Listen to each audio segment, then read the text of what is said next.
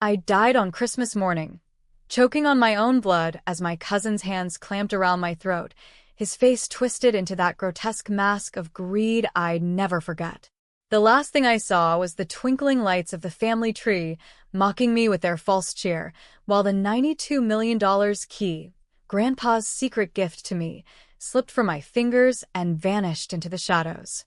But death wasn't the end.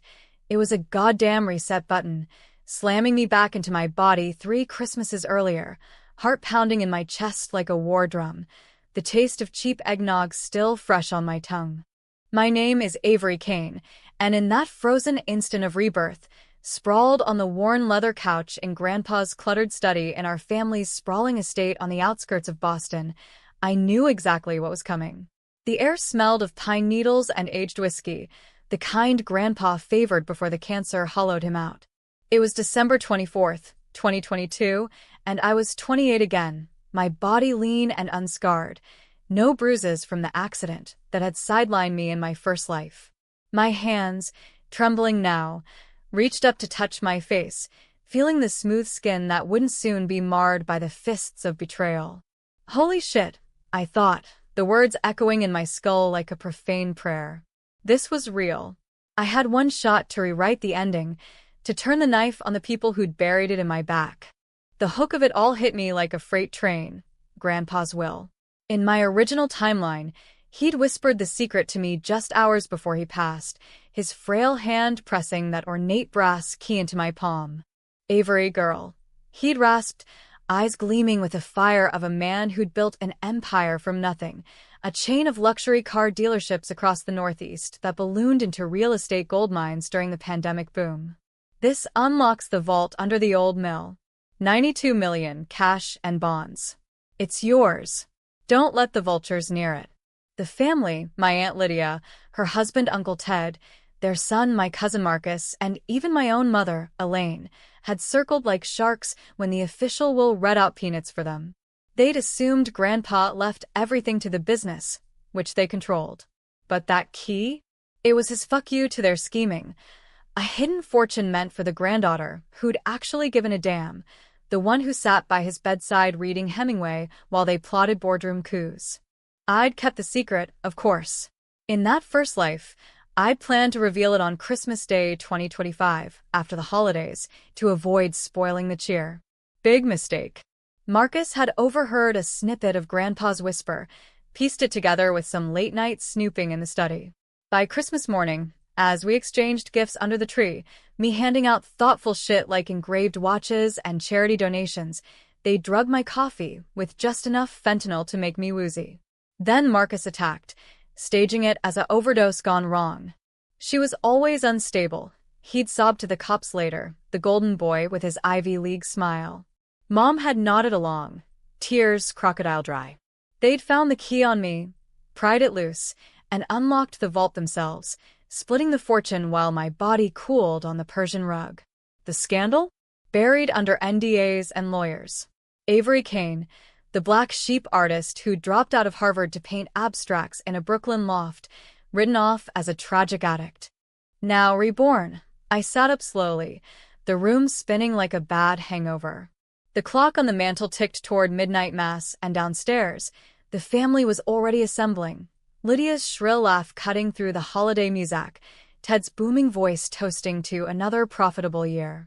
Profitable for them, sure. They'd been siphoning from Grandpa's empire for years, falsifying invoices, inflating expenses on luxury condos in Back Bay that should have been community housing.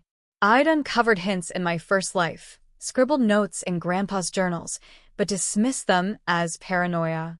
Not anymore. This time, I'd weaponize every dirty secret, every whispered confidence. Revenge wasn't just a dish, it was the whole goddamn feast, served cold under the mistletoe. I stood, legs shaky, and crossed to the full-length mirror by the fireplace.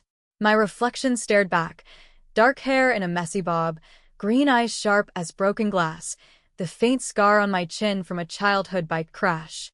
I looked like the old Avery. Idealistic, a little lost, chasing gallery shows while the family dismissed me as the dreamer. But inside? A storm. I could feel the rage coiling, hot and unyielding, tempered by the cold calculus of second chances. First move, secure the key. Grandpa hadn't handed it over yet in this timeline.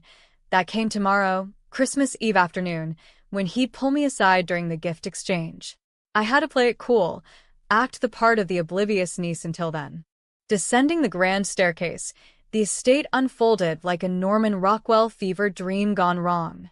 Garland dripped from banisters carved with holly motifs, a massive wreath guarded the double doors, and the air hummed with Bing Crosby crooning, "White Christmas." But I saw the cracks, the way Lydia's Botox-frozen smile didn't reach her eyes as she air-kissed guests, or how Ted's hand lingered too long on the small of a young intern's back during the cocktail hour. Mom, my own flesh and blood, sipped her third gin and tonic, her laughter brittle as she regaled strangers with tales of my artistic phase. She'd always resented me for choosing paintbrushes over balance sheets, for reminding her of the freedom she'd traded for Ted's money. "Avery, darling," Lydia trilled as I hit the foyer, her arms outstretched in faux warmth. At 55, she was all highlights and Louboutins, the queen bee who'd married into the family for the status. "You look rested. Been hiding in that studio again?" "Just sketching some ideas for the holiday cards," I lied smoothly, forcing a grin. In truth, I'd burned every canvas after my death, metaphorically, in the fires of hell. Now, those sketches would be blueprints for ruin. I accepted her hug, inhaling the cloying Chanel No. 5, and whispered in her ear, "Can't wait for tomorrow's surprises." Her laugh was a touch too sharp. Did she sense it? Nah, not yet. The betrayal was still embryonic in this timeline. The party swelled, neighbors in cashmere, distant cousins nursing bourbons, a string quartet sawing away at jingle bells. I wove through, playing the wallflower, eavesdropping like a ghost. Marcus, 30 and freshly minted VP of Acquisitions, held court by the bar, his blonde hair slicked back, charm dialed to 11. "Dad, this merger with the Philly dealerships? It's gonna print money," he boasted to Ted, who nodded like a bobblehead. "Merger my ass. It was a shell game, laundering Grandpa's legit profits through offshore shells to dodge taxes." I'd seen the emails in my first life, forwarded anonymously by a whistleblower too scared to sign their name. This time, I'd be the ghost in the machine. Mom sidled up as I grabbed a flute of champagne. "Sweetie, you okay? You seem distant." Her eyes, the same green as mine, flicked with that familiar mix of pity and resentment. Elaine Kane, née Harlow, the trophy wife who'd clawed her way into respectability only to watch her daughter squander it. "Just the holidays, Mom. You know how they get me." I clinked glasses, the bubbles a stand-in for the venom I wanted to spit. In 2025, she'd been the one to discover my body, dialing 911 with Oscar-worthy sobs while pocketing the key from my necklace. "Family's everything, right?" She squeezed my arm. "Damn straight. Your grandpa's so proud of you, Avery. Don't forget that." Proud. "Yeah, because I was the only one who saw him as a man, not a ATM. The others? They'd turn his legacy into a Ponzi scheme wrapped in red ribbons." As the quartet struck up Silent Night, I slipped away to the study, heart hammering. The safe behind the false panel in the bookshelves, Grandpa's precaution against thieves. I punched in the code from memory, 12/25, Christmas Day. Inside, his journals waited, leather-bound tomes chronicling decades of deals, dotted with warnings about the snakes in the garden. Flipping through, the rage crystallized. Page after page of discrepancies. Lydia signing off on ghost employees, Ted diverting funds to his mistress's Cayman accounts, Marcus cooking books for venture capital bait. And Mom? She'd forged Grandpa's signature on a quitclaim deed, selling off family land to developers for a cut. The crime they'd pinned on me? Nothing compared to this syndicate of familial fraud. $92 million was Grandpa's nest egg for me to start a foundation, affordable housing for artists like I'd been, kids from rough neighborhoods who dreamed bigger than the trap. They'd stolen that and my life. A floorboard creaked. I snapped the journal shut, shoving it back. Marcus leaned in the doorway, smirking. "Cuz, playing detective?" Grandpa's stuff is boring as hell. Just reminiscing, I said, casual as pie. But my mind raced.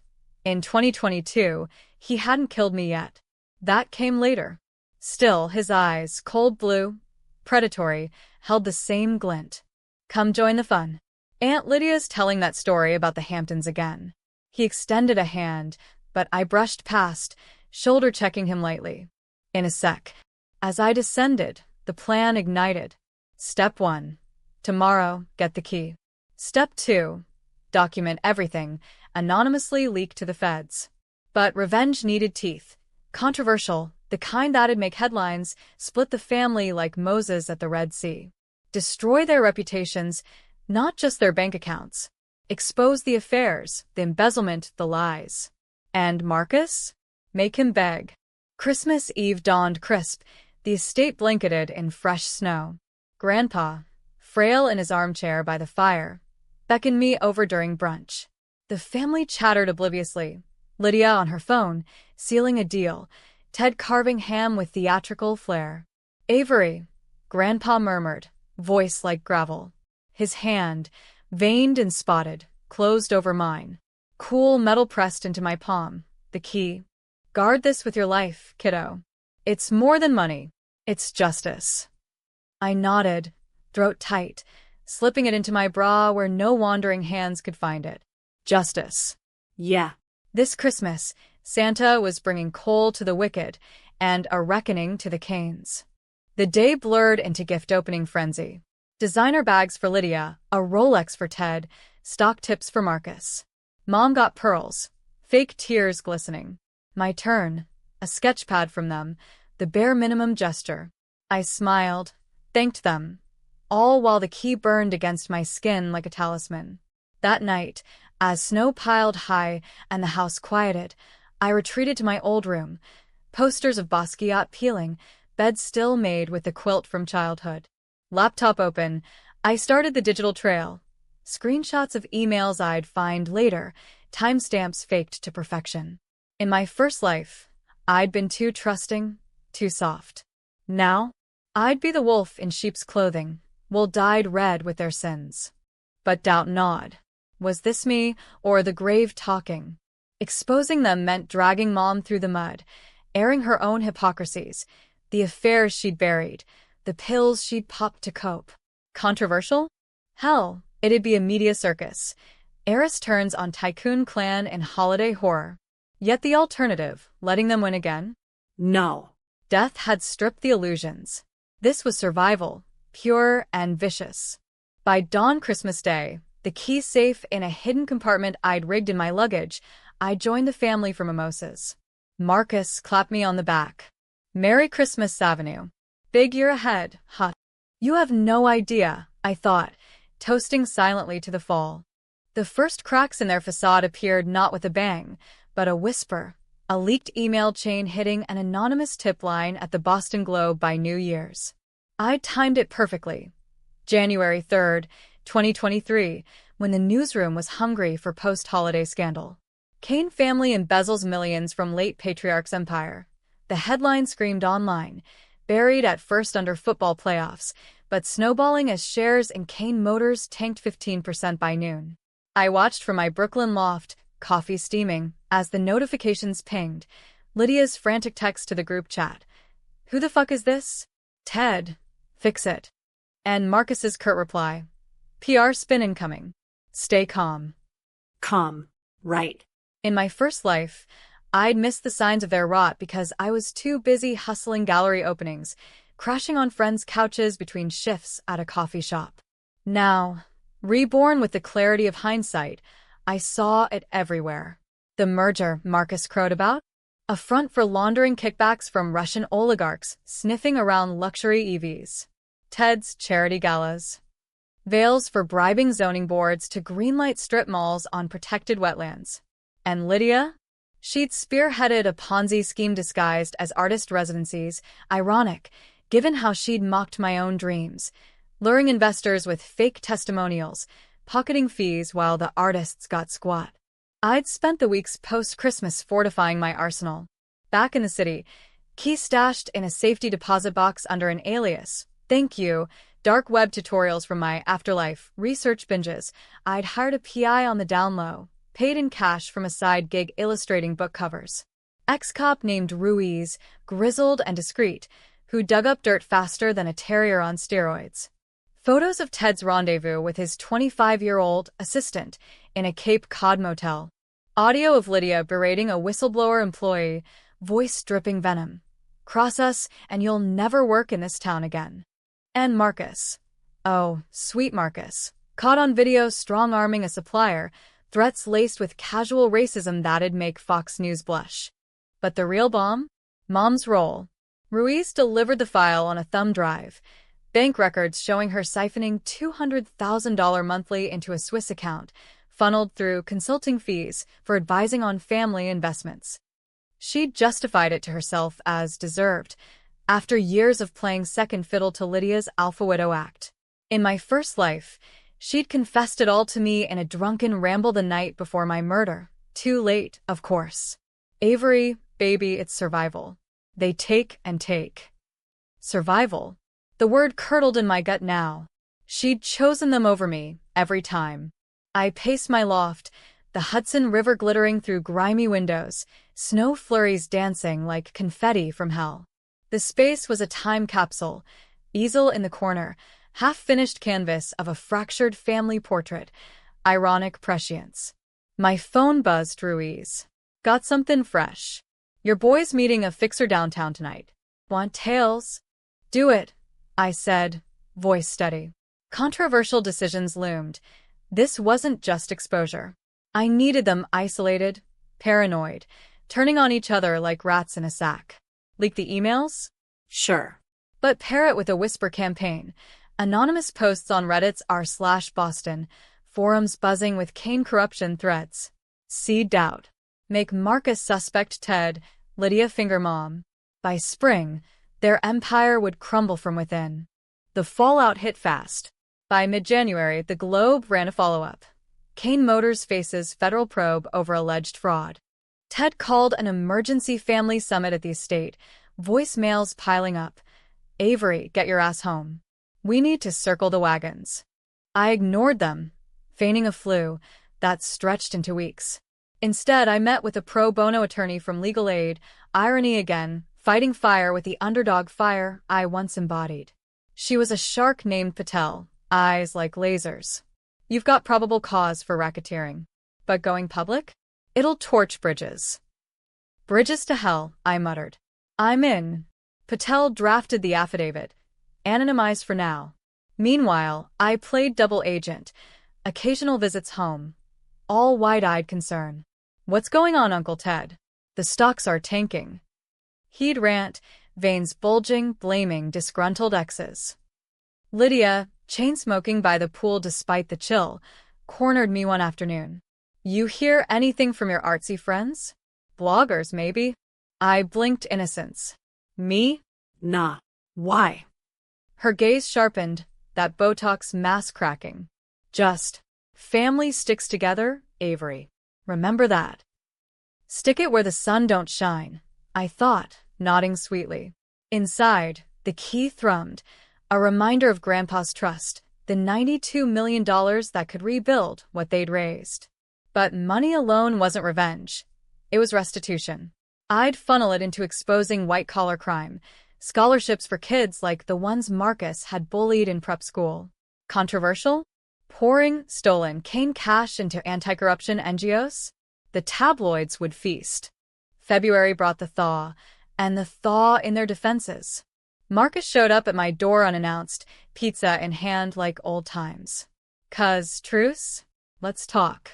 He looked haggard, the golden boy frayed at the edges, stubble, bloodshot eyes from all-nighters dodging subpoenas. I let him in, the loft's warmth a trap. We ate on the floor, cross-legged like kids, but the subtext screamed. "Someone's gunning for us," he said, voice low. "Internal leak, maybe. You wouldn't, right?" "Me?" I laughed, light and disbelieving. "Marcus, we're blood. I'd die before betraying family." The irony landed like a gut punch. He bought it for now, spilling just enough. A consultant from DC sniffing around, IRS audits looming. I nodded, filed it away. That night, after he left, I forwarded the recording to Patel. Racketeering Exhibit B. Spring bloomed with cherry blossoms and chaos. The feds raided the estate in March, SWAT teams swarming the driveway as daffodils nodded in the breeze. I watched from afar, parked in a rental down the block, heart a jackhammer. Lydia's screams carried on the wind. This is harassment. Ted in cuffs, sputtering about political witch hunts. Mom, silent, led away in yoga pants, face ashen. Marcus? He lawyered up fast, vanishing to a safe house in the Hamptons. The news cycle exploded. CNN panels debating Dynasty of Deceit, talking heads dissecting the Kane clan's fall from grace. Avery Kane, the reclusive artist granddaughter, emerges as key witness, one Sheeran teased.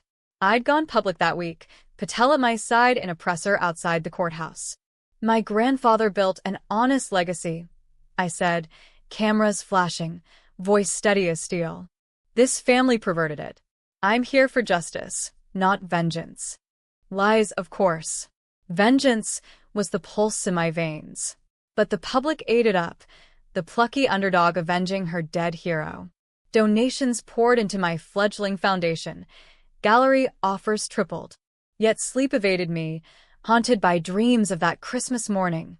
Marcus's hands, the tree's lights blurring through tears. The controversial pivot came in April. Patel warned against it. Don't push, Avery. They've got resources. But I did. I leaked the photos, Ted's motel trysts, Lydia's tirades, directly to TMZ, timed with the arraignment. Kane's scandal, affairs, threats, and a trail of tears. The family fractured overnight. Mom called from jail, collect. Avery, how could you? I did it for us, for you, for me. I hissed into the receiver, alone in the loft, rain lashing the windows. You watched him kill me, Mom. In another life, maybe. But here, you're done. Silence, then a sob. What are you talking about? Nothing. Merry belated Christmas. Hanging up, the key weighed heavy in my pocket. I'd retrieved it from the bank, planning the vault run post-trial. But Marcus? He was the linchpin. Ruiz tailed him to a dive bar in Queens, meeting a shady accountant who'd shredded docs in the first timeline. I crashed the party, incognito in a hoodie, nursing a soda at the end of the bar. He spotted me eventually, eyes widening. Avery? What the? Miss me? I slid onto the stool beside him, voice silk over razor. We need to talk. About the key. His face drained of color. What key?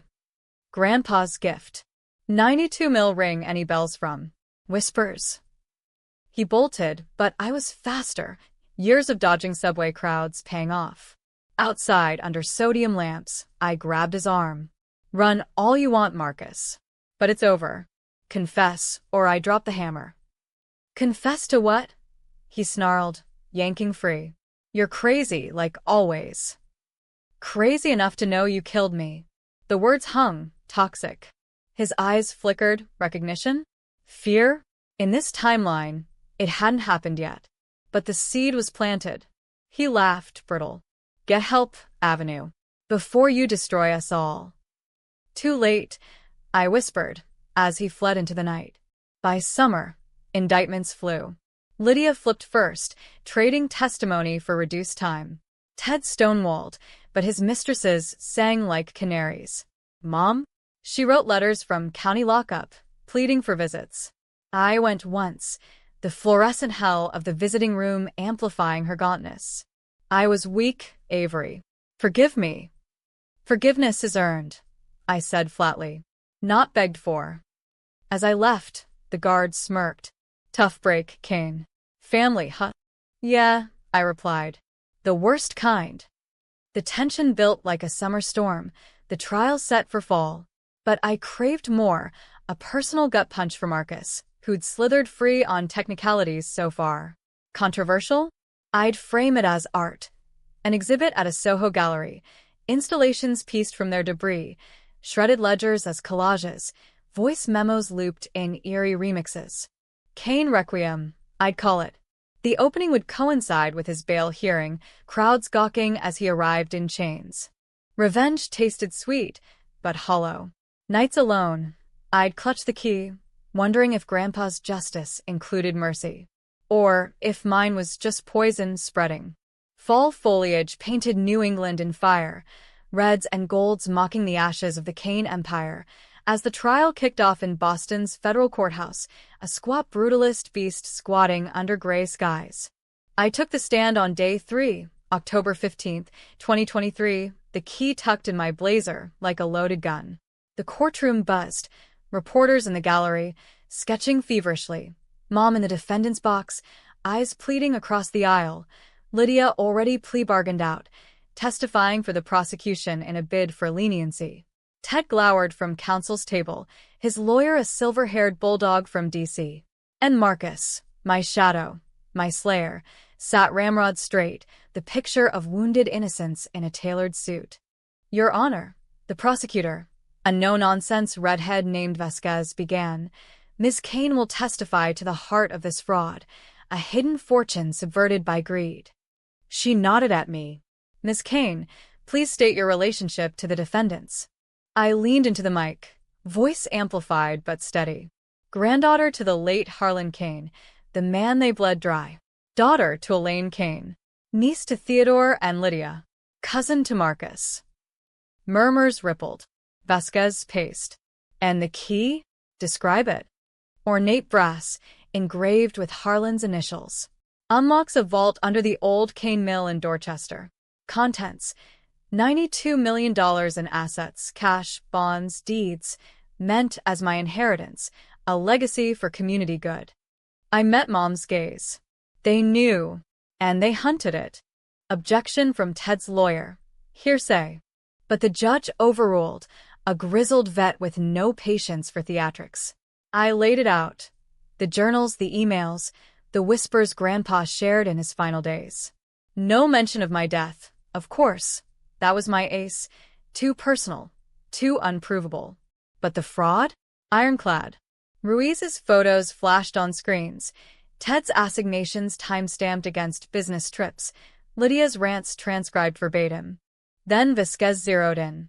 Miss Kane, did any defendant threaten you? My pulse thundered. Controversial territory. Admit the paranoia. Risk looking unhinged? Or lie and let them slink free? Not directly, I said carefully. But Marcus. He confronted me about the key last spring. Said family sticks together. Implied consequences if I talked. Marcus's jaw clenched, his lawyer scribbled furiously. The gallery gasped, subtle, but seismic. Vasquez pressed. And your response? I told him blood doesn't buy loyalty. Pause for effect. Not when it's poisoned. The judge banged the gavel as recess hit, reporters swarming me outside. Avery, is this about revenge? Will you take the fortune? I smiled tightly. Justice, not revenge, and slipped into a waiting car, Patel at the wheel. Bold, she said. Jury ate it up. But the real storm brewed that night. My Kane Requiem exhibit opened in Soho, timed like a gutshot. The gallery thrummed, critics in black turtlenecks, influencers snapping for Insta, the air thick with wine and whispers. Installations loomed, a wall of shredded financials, pieced into a mosaic of dollar-sign skulls, speakers murmuring looped confessions, Lydia's voice a ghostly echo. Take it all, just make it stop. Central piece, a massive canvas, my blood, pigs, ethically sourced, splattered over a family portrait, faces obscured in crimson fury. Word spread.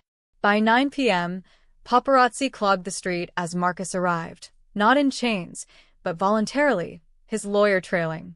Bail hearing delayed. He'd come to confront the lies. Security parted for him, the crowd parting like the Red Sea for Pharaoh's reckoning. Avery, his shout cut through the din. He stormed the entrance, face thunderous. This circus? It's libel. I stood by the canvas, paintbrush in hand. Final touches, a slash across his rendered eyes. Libel requires truth, Marcus. This, it's art. Inspired by family. Guests murmured, Phone's out. His eyes darted, cornered animal. You think you're clever? Leaking shit, playing whistleblower? Grandpa would have hated this, airing dirty laundry like a trash tabloid. Grandpa hated thieves. I shot back, voice low, intimate. The crowd leaned in, like the ones who stole his will, his trust, who'd kill for a vault. His flinch was microscopic, but there. What the hell are you? The key? I hissed, stepping close, the scent of his cologne, same as that fateful morning, churning my stomach. You overheard him, didn't you? In the study, Christmas Eve. Planned it all, the drug, the staging. But I came back, Marcus. And I remember. Silence crashed. His face, pale, eyes wild, betrayed him. You're insane. Get her out of here. Security moved, but too slow. I pressed the advantage, voice rising for the room. Ask him about the fentanyl, folks. How it accidentally ended up in my coffee. How he pried the key from my dead hand. Chaos erupted. Gasps, flashes, a critic fainting dramatically. Marcus lunged, grabbing my arm, nails digging. Shut up. You don't know shit. I twisted free, Ruiz materializing from the shadows, my silent sentinel, pinning him back. Assault. He growled into his cuff. Cops swarmed, cuffs clicking. Marcus thrashed. She's lying. Delusional artist bitch. The words hung, a gift-wrapped noose. TMZ live-streamed it all. By midnight, Kane Requiem trended, clips viral. Cousin attacks at Scandal Art Show. The twist? Mom's lawyer called Patel at 2 a.m. Elaine wants to flip. Full confession. On the fraud and something darker. Says Marcus confessed to her about handling you.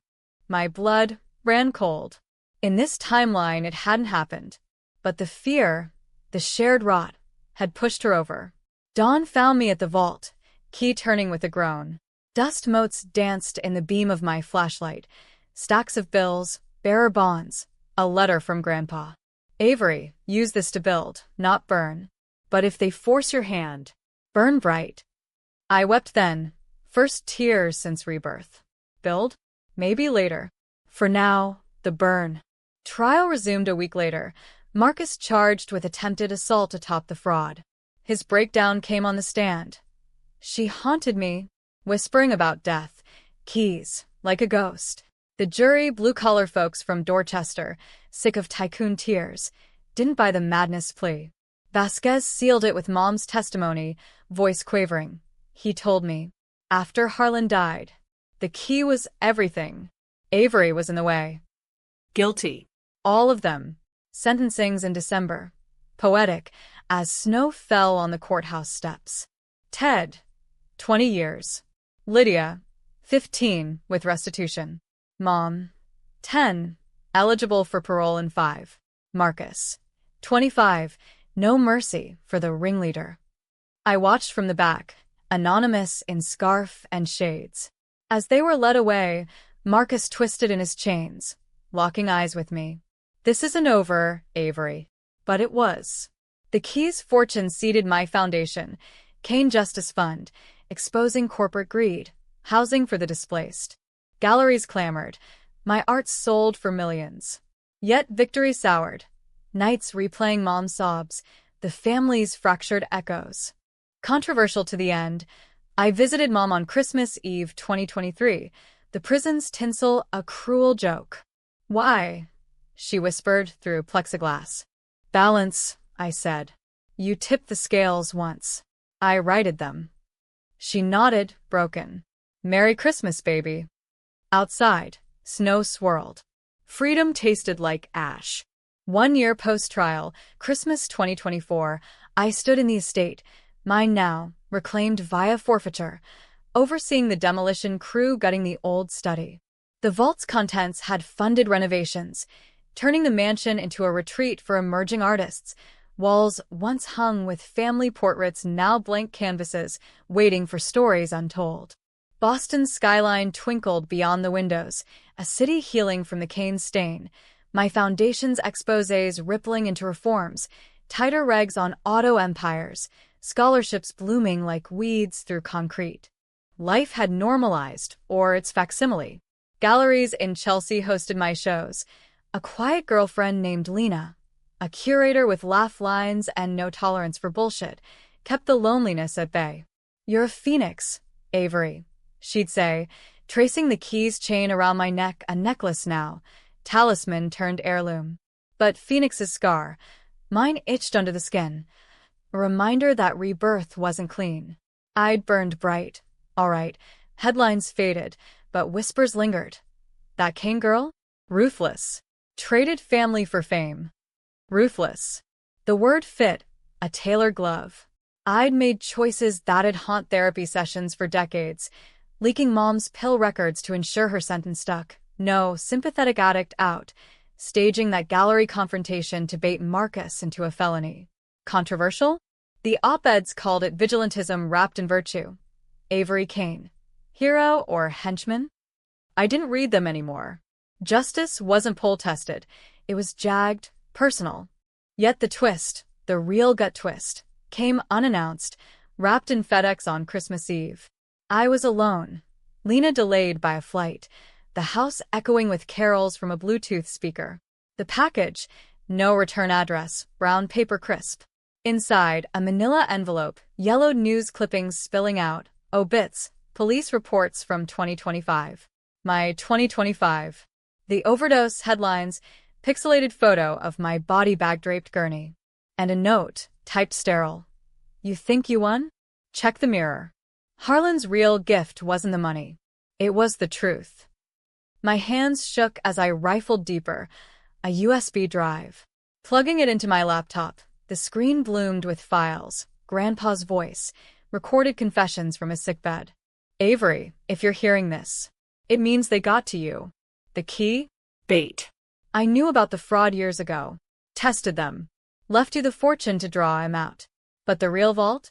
My journals detail their setup, the offshore triggers. If you die, it auto-releases to the DOJ. You didn't die. So it stayed buried. Bait. The word detonated. Grandpa hadn't trusted me blindly. He'd rigged the game, using me as the lure. The $92 million? A decoy to flush the rats. In my first life, my murder had triggered the leak, posthumously, the feds raiding based on timed emails from his estate. That's why they'd buried the scandal so quick. The fortune seized, their cuts evaporated. I died for nothing. Justice served on my corpse. Rage surged, hot and traitorous. Not at them, at him. The man I'd idolized, the frail hero whispering justice. He'd played God, sacrificing his granddaughter to expose the wolves. And me, reborn, I'd dance the script anyway, vengeance a echo of his design. The key clattered to the floor, brass mocking. A knock shattered the spiral. Door creaking open. Lena, snow-dusted, arms laden with takeout. "Babe, you okay? Look like you've seen a ghost." I forced a smile. Envelope kicked under the tree. Just old family shit. Merry Christmas. We ate by the fire, pad thai and stories of her chaotic family in Philly, laughter thawing the ice. But later, as she slept, I retrieved the drive. One more file, video. Grandpa, gaunt in hospital lights, eyes piercing. "Avery, if you're watching, you're back. Or some miracle. Don't hate me, kid. The Canes were poison long before you.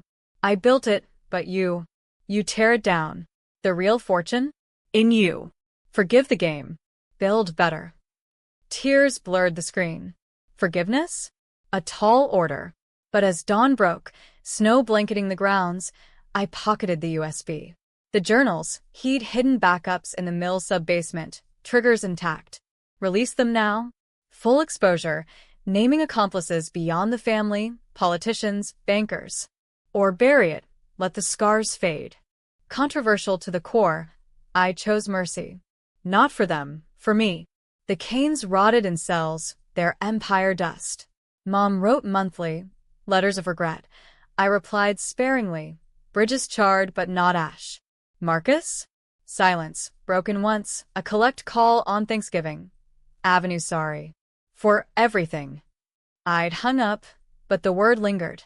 New Year's Eve, Lena and I on the roof, champagne fizzing, city fireworks blooming. To second chances, she toasted. To truths, I countered, key glinting under my sweater. The twist settled. Grandpa's game had saved me, twice over. Death's reset, then this revelation, closure wrapped in cruelty. I wouldn't burn brighter. I'd build warmer. The foundation expanded. Artist co-ops in Dorchester, the old mill reborn as studios. My next canvas? A family tree, roots twisted but blooming defiant. Christmas 2025 dawned, the date of my old death, like any other. I woke to Lena's kiss, the estate alive with residents laughing over coffee.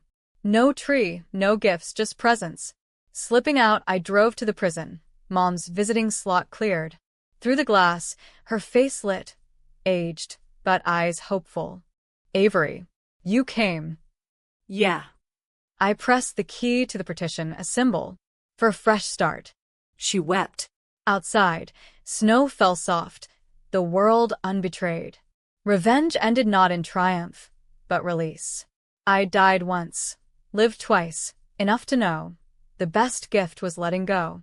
In the end, the cane surprised no one but me. Grandpa's secret? Not the money, but the mirror, forcing us all to face the monsters within. And mine? It purred content, finally sated.